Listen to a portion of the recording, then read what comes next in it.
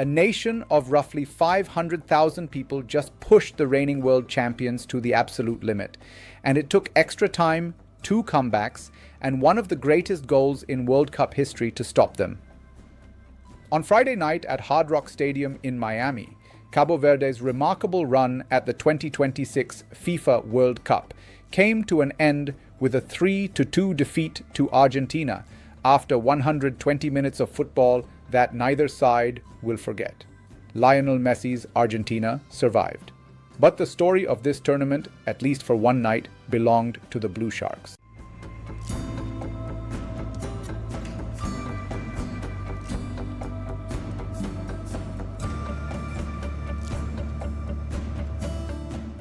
To understand why this match mattered so much, we need to look at where Cabo Verde started. Ranked 67th in the world heading into the tournament, Cabo Verde arrived as one of the smallest nations ever to qualify, representing an island country in the Atlantic with a population smaller than many single cities in Argentina. Playing in their first ever World Cup, expectations were modest at best. Yet Cabo Verde went unbeaten through the group stage, holding Spain to a goalless draw, drawing with Saudi Arabia and battling former champions Uruguay to a 2-2 result. By the time they reached the round of 32, Cabo Verde had already secured their place as one of the enduring stories of the tournament.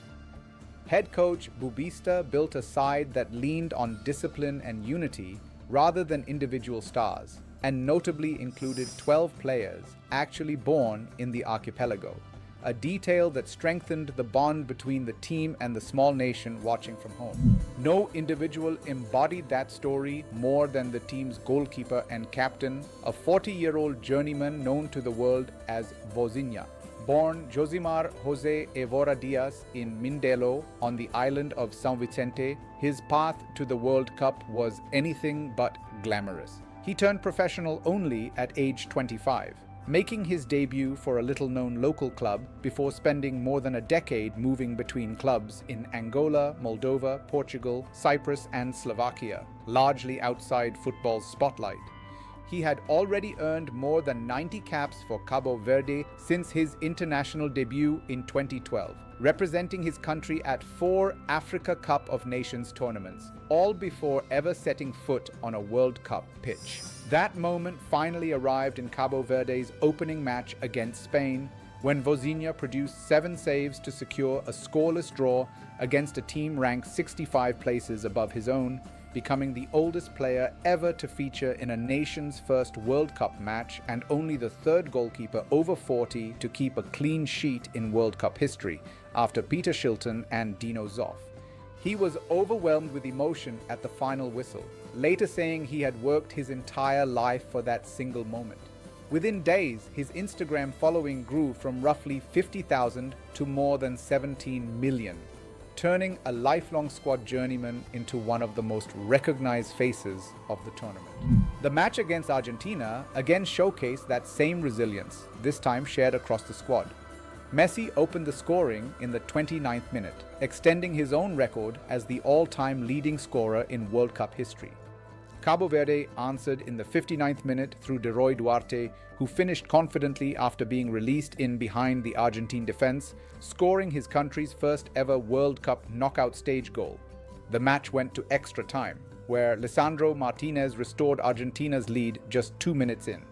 Cabo Verde responded again, this time through 23-year-old forward Sidny Lopes Cabral, whose own path to the World Cup had included a stint without a club during the COVID-19 pandemic and a rebuilding phase in Germany's lower divisions, before a breakout at Portuguese side Estrela da Amadora led to a transfer to Benfica, and this June, a further move to Turkish club Trabzonspor. In the 103rd minute, Cabral cut inside from the left wing past Argentina's Alexis McAllister and curled a right-footed strike beyond goalkeeper Emiliano Martinez into the far top corner, leveling the match at 2-2 in what many observers are already calling one of the greatest goals in World Cup history. He came close again in the 116th minute, forcing another difficult save from Martinez that nearly sent the match to penalties. Argentina finally settled the contest in the second period of extra time, when Christian Romero rose to head home a corner delivered by Messi, sealing a 3-2 victory that sends the defending champions through to the round of 16 to face Egypt. By full time, several Argentine players were dealing with cramps in the Miami humidity, a testament to just how physically demanding Cabo Verde had made the contest. Despite producing only a fraction of the attacking output generated by Argentina over the course of the match, Cabo Verde matched their opponents in moments that counted and came within minutes of one of the biggest shocks in World Cup history. This result carries significance well beyond the final scoreline. Cabo Verde's run illustrates what football's expanded 48-team World Cup format was designed to produce: a genuine platform for smaller footballing nations to compete on the sport's biggest stage. Critics of the expanded format had warned it would dilute competition and produce lopsided results. Cabo Verde's tournament, carried by a captain who spent 15 years in football's lower tiers before reaching the World Cup at 40, and a young forward who rebuilt his career from Germany's 4th division, suggests otherwise. After the match, Bubista said his team had shown its identity throughout the tournament, expressing pride in a group that reached the knockout stage without recording a single win, yet returned home with the admiration of the football world. There are two scenarios worth considering as the tournament moves forward.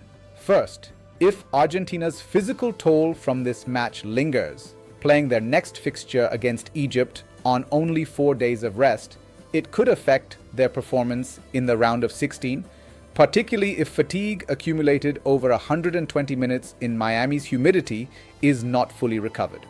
Second, if Cabo Verde's run inspires a wave of increased investment and grassroots development in the country's football infrastructure, this tournament could mark the beginning of a sustained presence on the international stage rather than a singular moment of surprise, with players like Cabral, still only 23, potentially leading that next generation. Cabo Verde returns home without a trophy, without a place in the next round, and without the scoreline they had hoped for. But they return as a nation that gave the World Cup one of its most memorable nights, led by a goalkeeper who waited until 40 to reach this stage, and a young forward who rebuilt his career from football's lower tiers, reminding everyone watching that in football, size, ranking, and history do not always determine what is possible on a given evening in Miami.